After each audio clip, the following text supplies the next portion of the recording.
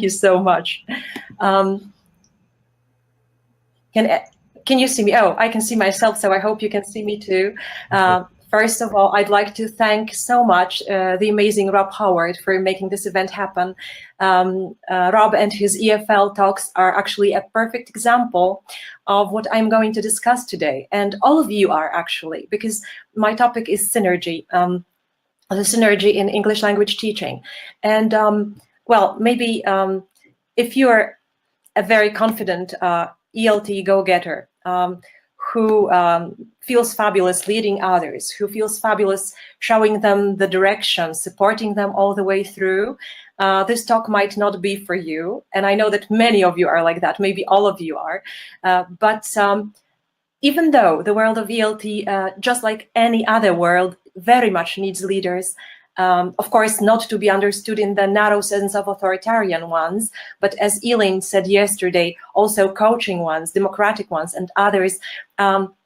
Still, there are some teachers or some educators who may not see themselves even within this very wide array. You may not feel you are an important or a fabulous go-getter. You may feel that you are just an average primary, secondary, or high school English teacher, one of many, that you are not going to revolutionize ELT even if you really want to. And if so, you are my target audience, because I guess I am one of such people. First of all, I want you to think about what Helen Keller said.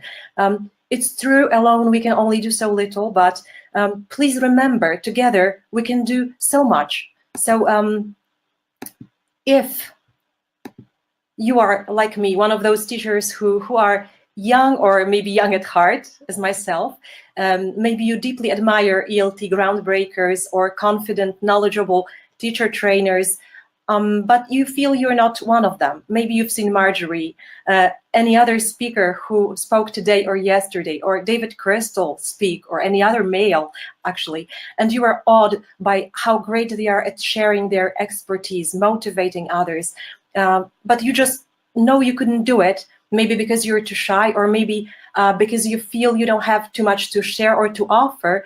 The good news is you don't need to obviously stand out. But even if you don't, you can still create something bigger than what you think you're capable of, something bigger than yourself. And you can do this by being a part of something, on a par with others. And I will give you several practical examples soon. But even more importantly, you can teach your students this approach, and you can teach your students its value. And I want to tell you that it's particularly effective with shy and introverted students, especially if they work together and there is not one particular leader. And I've seen it in my class. So this is the only slide that is a definition, and the only definition I want to use in my talk, but I feel it's very important.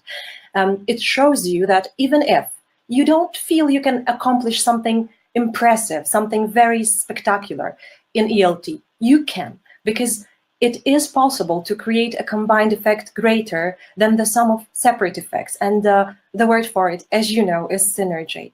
So now comes the practical part, and forgive me if some ways might seem maybe too obvious, but I know that they are not obvious or evident to everyone. And the first one I tried is get involved in project-based learning.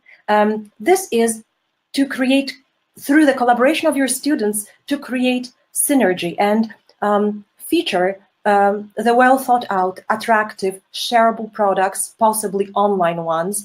This way you will make your students value community, value synergy, value collaboration, and make them realize that together they can accomplish something bigger than they could on their own. And the next step would be to collaborate with teachers of other subjects on content and language integrated learning projects. This happens maybe within your school, or maybe you have some, I don't know, like a school community, but then you can go more international. You can try out such way of international collaboration as e-twinning, within Europe, basically, or EPALs. And I have to say that I made wonderful friends this way. And our students gained amazing experience, became more culturally sensitive, empathetic, tolerant, and this is priceless. And this really makes synergy happen. Then please go to conferences, and you don't need to be a speaker. Maybe it's for you, maybe you're too shy, maybe you don't want to stand out, maybe you feel you don't have too much to say or to share. But remember, it's also not only about acquiring new knowledge. It's not only about learning useful techniques, useful activities. Of course, all this is vital and important. And the more you take out of the lectures and the workshops, the better. But please remember that conferences are also about sharing your ideas in the lobby, making friends who may one day become your project partners. Well, my eminent friend, one of my favorite leaders and leadership trainers, motivational speakers, and community developers, Mason West, says that opportunities happen when you network. And this is so true also about synergy. It happens when you network. So also during conferences, there are certain initiatives advertised, such as clubs, societies, circles. Why not join one of them? You can, of course, have a look. You can talk to people, and they will come up with so many wonderful ideas. Try to find something that is worthwhile for you. And here are some I want to discuss, which I am a part of. So, for example, the excellent EFLtalks. You know why they're excellent. We are all here today, and what we are experiencing here is exactly synergy. Then there's the Visual Arts Circle, and it's a community of practice for language education professionals who are interested in the visual arts, who use visual arts in their teaching. The membership is free. I met a lot of wonderful females and also men there, and we embarked on some fascinating projects. So this one may be the right one for you. For me, there is also the Polish Bielsko Artistic Association Grodzki Theater. It gathers artists and educators who are engaged in artistic work with children, teenagers, adults, the elderly from some socially excluded groups, also handicapped people. A wonderful initiative. You can become a member of such a group where you are.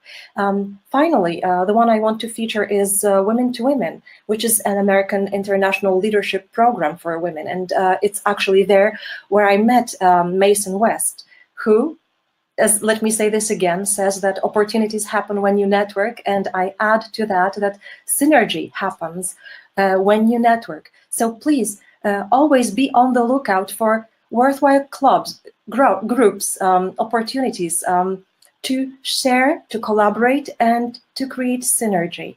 And my last tip, which is maybe not so obvious, and I hope it may be useful to some of you, or for some of you, is if you don't feel some of my suggestions are for you, or maybe you've already tried them, you know their value.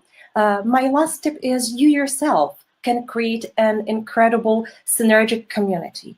You don't think you could do it? Well, neither did I.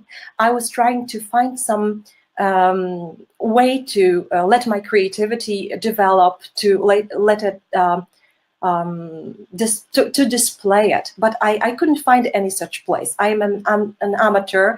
I'm not a professional artist or a professional writer, so I felt, there were so many doors closed for me, and I really wanted to be creative. So what I did was I decided maybe I could actually launch some international artistic and literary project. And I was a little bit afraid because, of course, you are launching something new. You don't know if anybody would want to join it. But I was surprised. You will be too if you try this. There are so many people who want to be a part of something bigger. You don't know, and sometimes all you have to do is just ask, and you'll be surprised. I promise. Why am I mentioning the projects? How are they related to ELT? Well, you may have guessed that most of my participants, or the participants in the projects, are teachers, and mainly EFL teachers. So please remember, we are all human, just like everybody else. So in our free time, we like to create, to write, to draw, to paint, and such a collaborative project can be a great pastime for teachers. And it can later be used in your classroom. I've never done it myself, but maybe one day I will. My students will interpret the poetry created, describe the art, discuss or respond to prose, and possibilities are limitless. And I can see this smiling face, so I'm moving on to the last slide. So all in all, what I want to say, it's all about collective. And let me wind up by quoting our host, Rob. He said this about EFLtalks, but without a doubt, it's applicable to any sphere of ELT. After all, our goal as education professionals is to share our collective wisdom and experience with the language teachers of the future as well as the present.